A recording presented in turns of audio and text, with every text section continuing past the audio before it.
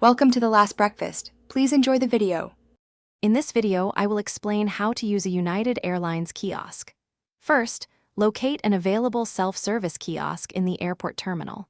These are typically found near the United check-in counters. Simply touch the screen to activate it and begin your check-in process.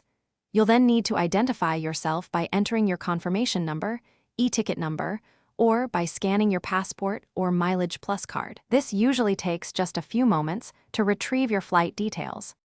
Once your reservation is found, carefully review all the displayed flight details, including your destination and personal information, to ensure everything is correct. Next, you'll declare any bags you plan to check.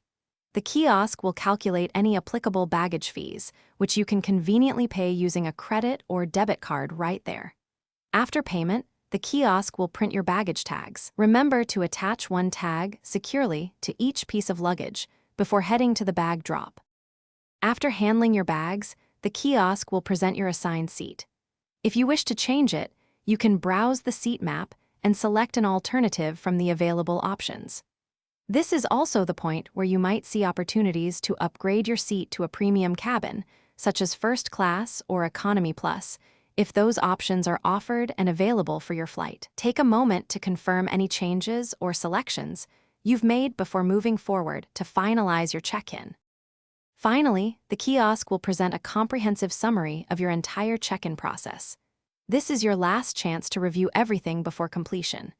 You'll then have the option to print your boarding pass directly from the kiosk or have it conveniently sent to your mobile device via email or text.